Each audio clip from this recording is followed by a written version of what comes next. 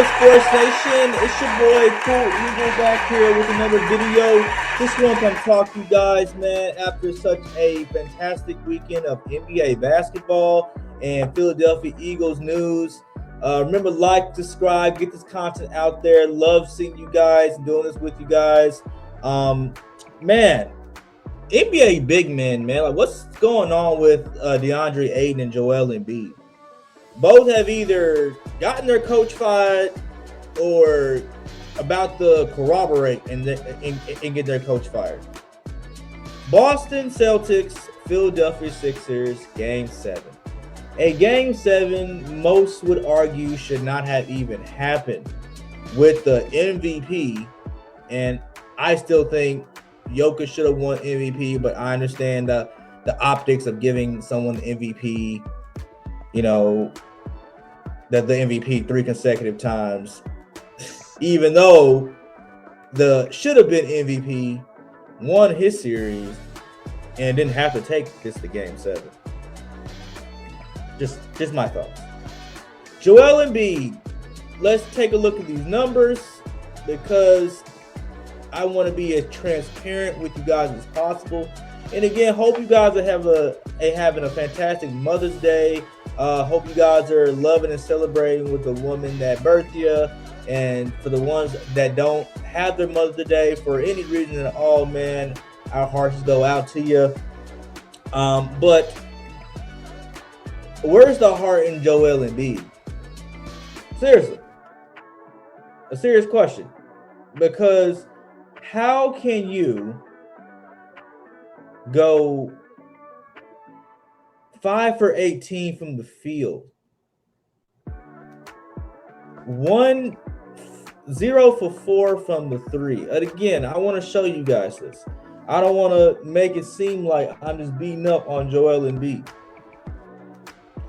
So the man goes 5 for 18, 0 for 4 from the 3, negative 28 plus minus. Not very effective. And again, this puts Doc Rivers' job on the line because this is consecutive years where you just don't get the job done. And I understand that basketball is a team game, but dude, you're the MVP. Y'all had the number 2 seed in the East, bro. And y'all just couldn't get it done. Like 2020 to Toronto, that Kawhi shot. 2021, the Atlanta Hawks. Now this year, and again, I know a lot of people will say that Game 6 was a little suspect because of the officiating, but come on. A lot of teams have had trouble with officiating and somehow still managed to get the job done. Either you got it or you don't. And clearly for consecutive years, the Sixers just don't have what it takes to get to the finals or win an NBA championship. And this looks bad on Doc Rivers, who is now 7-22 and must win playoff games. That's not good. And then moving over to Phoenix, I mean, DeAndre Ayton, dude, he didn't give no kind of contest to like Nikola Jokic.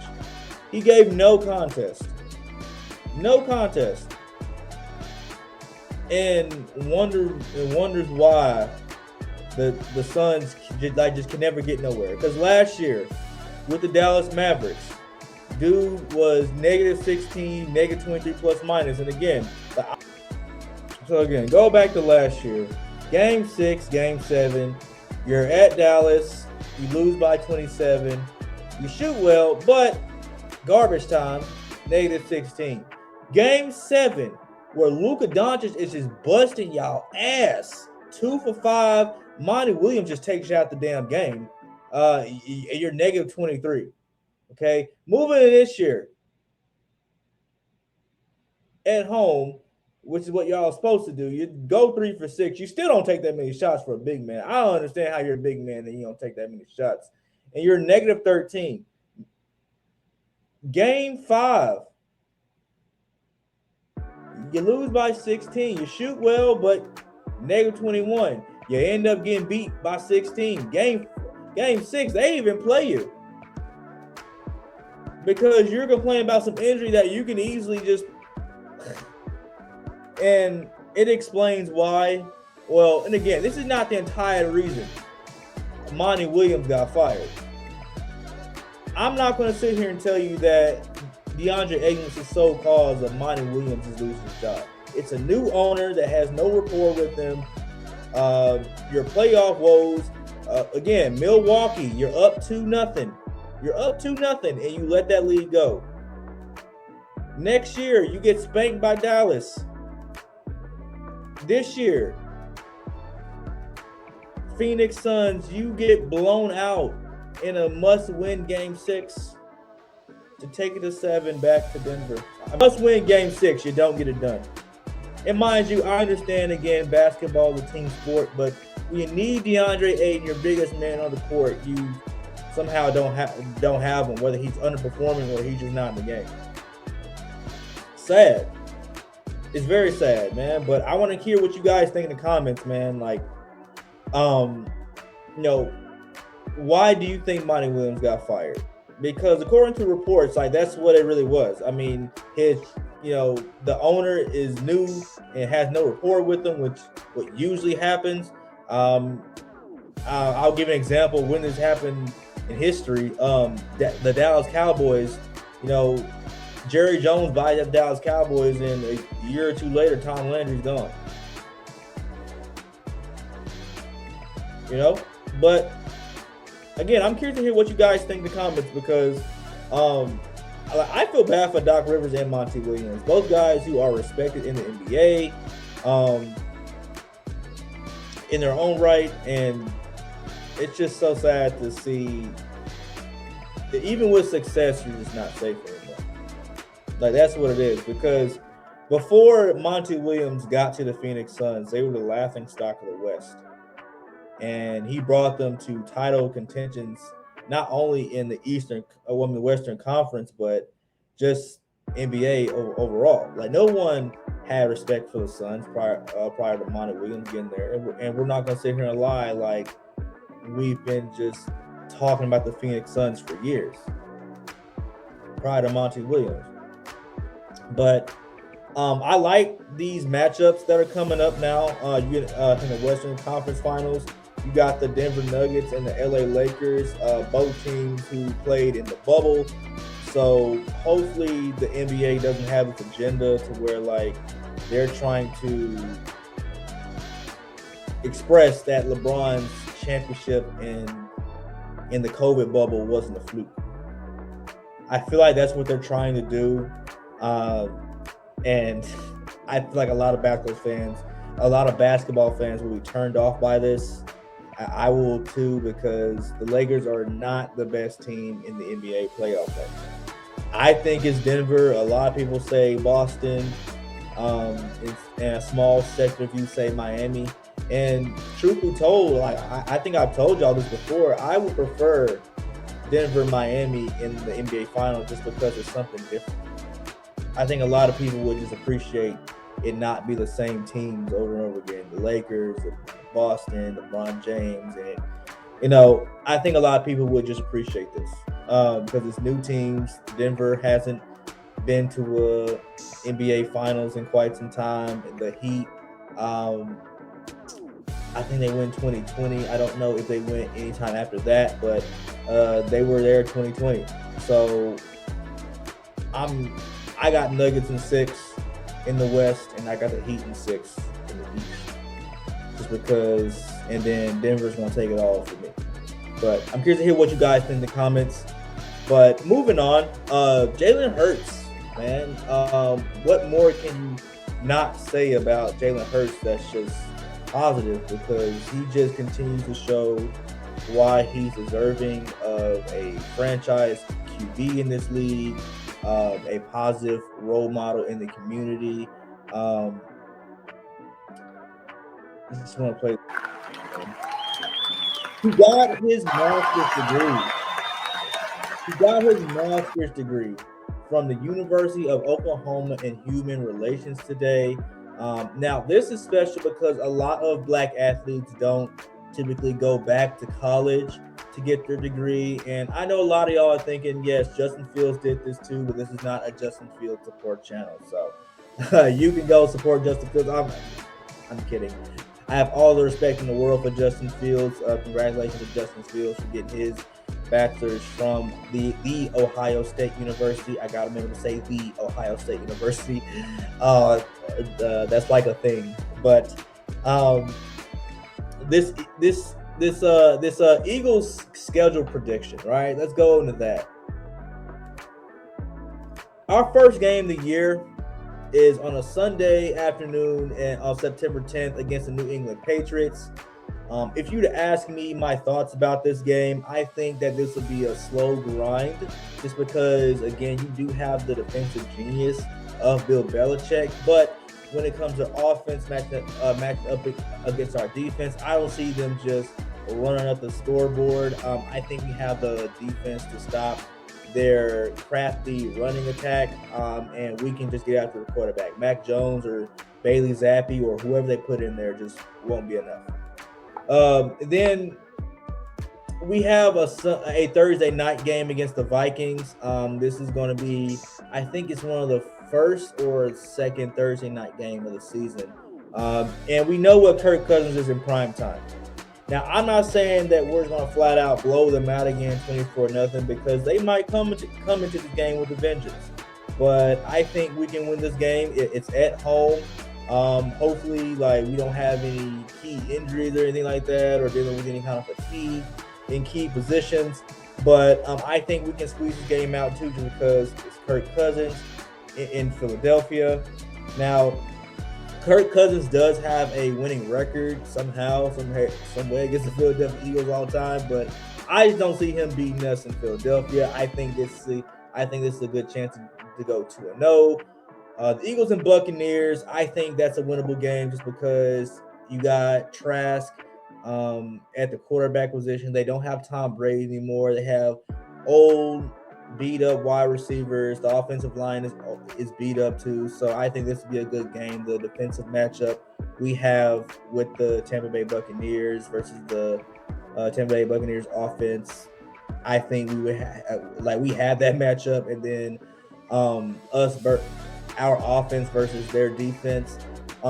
Again, this might be another slow grinding game just because, again, you have defensive-minded teams in both New England and Tampa Bay. So I think we can squeeze the game out. Might be 28-17, but I see 3-0. Commanders, they're coming into Philadelphia. I don't care if you have Sam Howell or that other guy who's no longer playing, Taylor Heineke. Doesn't matter. I think we can win this game very easily. The Rams, I think we can win this game just because, again, they don't have a number 2 wide receiver to support Cooper Kupp, who's coming off an injury. Matt Stafford leading the league in interceptions 2 years in a row. 1 year he didn't finish the season. So I think it's a winnable game. Now, the only problem that we'll probably have with this game is just because of the defense, Aaron Donald, but they don't have Jalen Ramsey. So that's a plus for us. So I think we can easily go 5-0 the first 5 weeks. Now, the Jets look like they're going to be a little tough. This is probably going to be a statement game for them just because, again, you signed Aaron Rodgers. You got a really good wide receiver group. The running back room is really good. So we may, for the first time in a few years, actually end up losing to the Jets. So that'll put us at 5-1. But again, this team is just so good. We could easily just be 6-0. But I'll give that respect to Aaron Rodgers and his record against us. So I say 5-1. Now the Miami Dolphins comes to the Eagles. I think that's one of the want to be watched games right now, just because you got Tua coming into Philadelphia if he hasn't retired by then. I think this is a good matchup just because you have high-powered offense versus a high-powered offense that can get the ball down the field. But our defense versus their offense. I can see us getting Tua on the ground, but you also have to count on Mac McDaniels knowing that And I mean, we'll see. We'll see. But I can see us winning this game. The Commanders, 7-1. Not really worried about the Commanders that much. Cowboys and the Eagles. Now, we usually split with the Cowboys. So I'll say we win this game here. Moving our record to 7-1. Right? 7-1. I think we're 7-1 at this point. Okay, 1, 2, 3, 4, 5, 5-1, 6-1, 7-1, 8-1. So we can be 8-1 by the time the Cowboys come to Philadelphia, right? The Eagles and the Chiefs. Whoo, that's a toss-up game. That's a toss-up game. But I'll give it to Patrick Mahomes on that day just because it's in Kansas City. They did beat us in the Super Bowl, and they did beat us the year before. So, I'll give a win to them. So 8-2 by week 11. 8-2 by week 11. Or no, week 12 because the gap's here. So it's a bye week 11. So week 12, we're probably at 9-2 around this time. The Bills and the Eagles, we do have a very good winning record versus the Buffalo Bills. I don't really see a problem with them. Except Josh Allen, but I think we have the secondary to really give him some fits. I don't know, man. It's in the cold. I don't know. That could be a toss-up game, but I don't see us losing to both the Chiefs and the Bills. So 10-2 right here, but y'all can use that information as you wish. Now we got San Francisco coming to Philadelphia. Okay, I don't think we're gonna win this game. I think we're gonna beat the brakes off them again. But again, you do have to worry about that defense, especially with DeMarco. What's his name? DeMarco. He played for the Texans a long time ago, and he was a defensive coordinator. But I think we can win this game in here. The Eagles and the Cowboys. We may take an L here because every time I go to AT&T Stadium, somehow it's always a huge L, and I'm so tired of it. I'll give it to them at home. Whatever. Seahawks, I think it's a winnable game. Just because, I don't know. Because we don't have a very good win-loss record against the Seahawks the past few years. So I'll say this could be our fourth loss. We could lose this. We could easily win, lose back-to-back games against the Cowboys and Seahawks. But I still think around that time we'll at least be 11-3 around this point. Well, I don't know. 11-4, and then I feel like we'll just go on a streak. We'll beat the brakes off the Giants, we'll beat the brakes off the Cardinals, and then we'll beat the brakes off the Giants again. So we could very well have 13 or 14 wins this regular season. But again, I'm curious to hear what you guys think in the comments. Love doing this with y'all, man. Like, subscribe. I'm doing this pretty late, so again, excuse the very monotone, lax state that I'm in right now. Usually I'm upbeat, but I just want to get this out to you guys just because, again, I like doing this with y'all and just talking sports. So like, subscribe, get your comments, and I'm out of here.